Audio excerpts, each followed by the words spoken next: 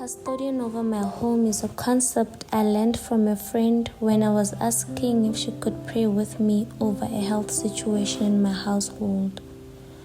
Her response was, "I'll pray with you," but she went on further to say, "You really need to watch what they eat." She advised me to get a juicer and to cut down on processed food.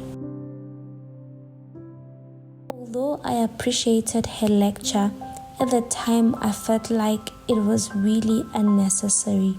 Her last words in the conversation were, "Remember, as a mom and as a wife, you are the gatekeeper of your family's health."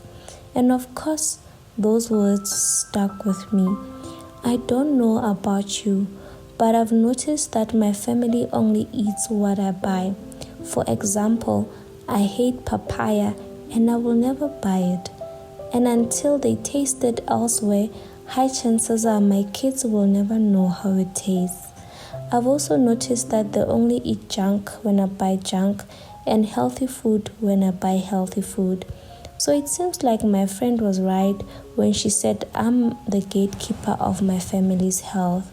By virtue of being a mom, I have direct influence over what will become their favorite meals and their general eating habits. But this concept of being a gatekeeper or a custodian doesn't just have to apply to food matters in my household. It affects every other area in our house.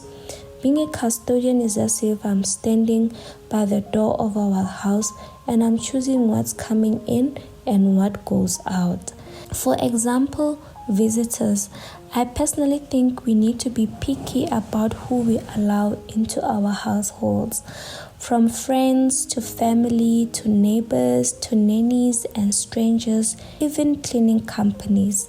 Apart from physical safety concerns, I believe we live in a world where one needs to be spiritually vigilant to be able to gauge the vibes that are about to enter our houses. If you're not sure about them, let them not come in at all.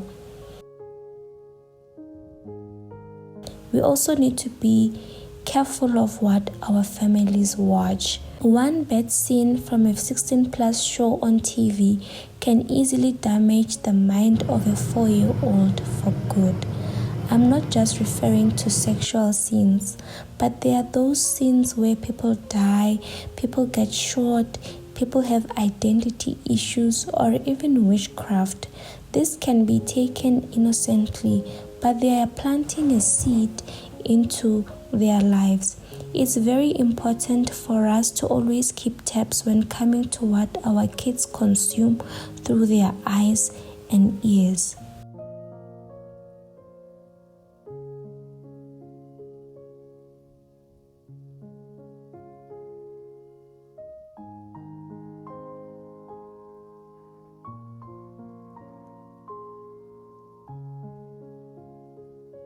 Finances is another area that needs careful gatekeeping. I'm reminded of a scripture that says, "A wise woman builds her house and a fool pulls it down with her own hands." We might not always be in a position to provide for our families financially, but we have the responsibility to ensure that the money that enters our households goes far. As women, we are notorious for overspending, but we can change that narrative by learning to be good stewards of our family's fortune by educating ourselves about money and unlearning toxic spending habits.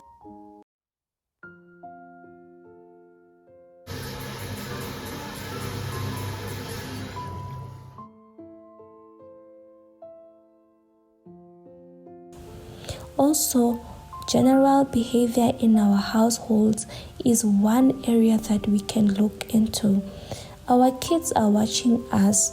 Soon, we'll start seeing ourselves through them because they'll start to talk like us, react like us, and even behave like us. We need to create an environment that is safe for mature self-expression and emotional management. We also need to watch our tongues.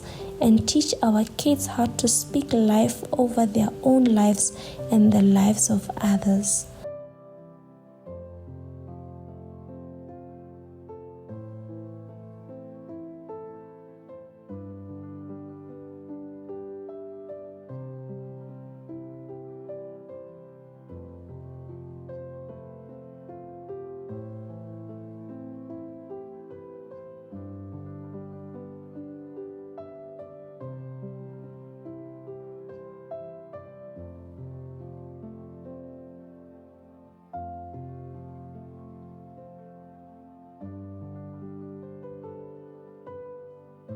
Oversharing is another issue. As women, we have a tendency of oversharing. It is very important to keep our family matters private. It just helps to protect the dignity of our households, and it keeps things that are private.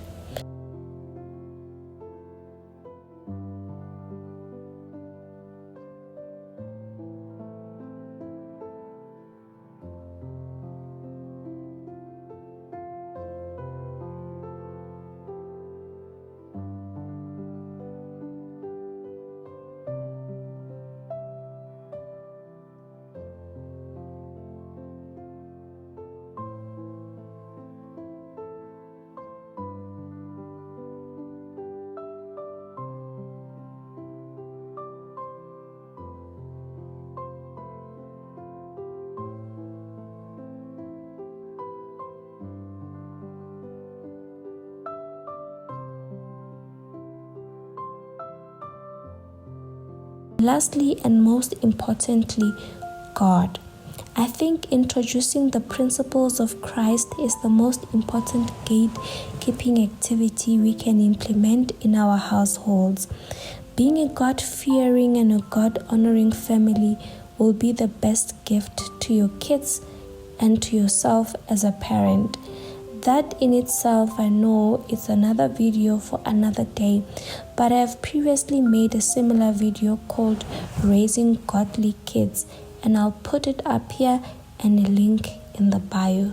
For today, I'll stop here. I really hope you enjoyed this video about being a gatekeeper or a custodian of our family, although I know I've given it a different title. Thank you so much for watching, and I'll see you again in the next video.